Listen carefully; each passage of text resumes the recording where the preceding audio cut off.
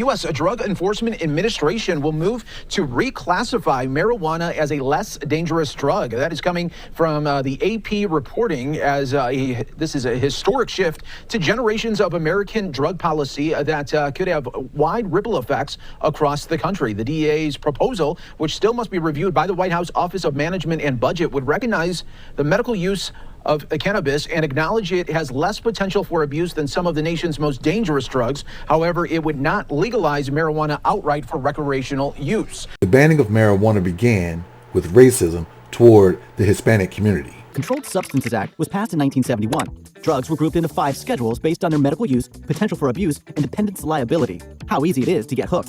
Marijuana fell into the most serious, Schedule 1, along with heroin, LSD, and ecstasy.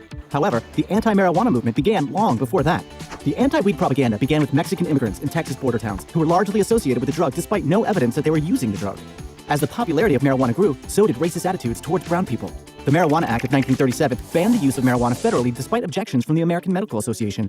After Congress passed the Controlled Substances Act, the DEA classified marijuana as a Schedule 1 substance after the FDA determined it to have no medical use in the U.S. And then they tried to tie in the hippie movement with marijuana and black people with heroin. And of course, in the 1980s, they used cocaine and welfare queens to target black people. By getting the public to associate the hippies with marijuana and the blacks with heroin, and then criminalizing both heavily, we could disrupt those communities. That's what Nixon's top aide, John Ehrlichman, was found saying. In other words, the Controlled Substances Act was a tactic to target Nixon's biggest opposition groups.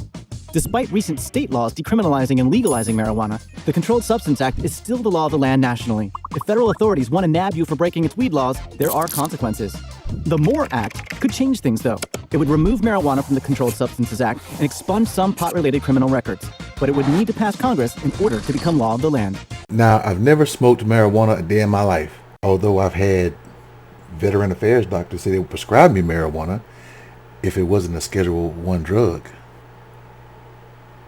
But I've always said, treat marijuana like you treat alcohol. Treat marijuana like you treat beer and wine and spirits and liquor and stuff like that.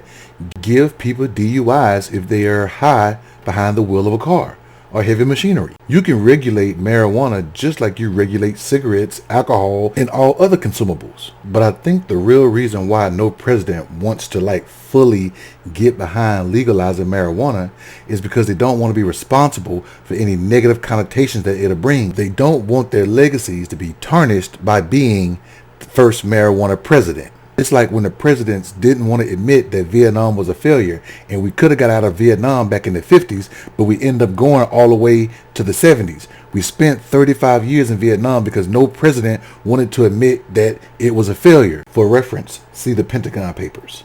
And just like we did in Afghanistan in the 2000s, no president wanted to admit that it was a failure, and we ended up staying in Iraq and Afghanistan for 20 years because nobody wanted to admit it was a failure and nobody wanted to have it on their legacy. And then you got to think about the taxes that it'll bring in. You got to think about the money that it'll generate for the country or a particular state.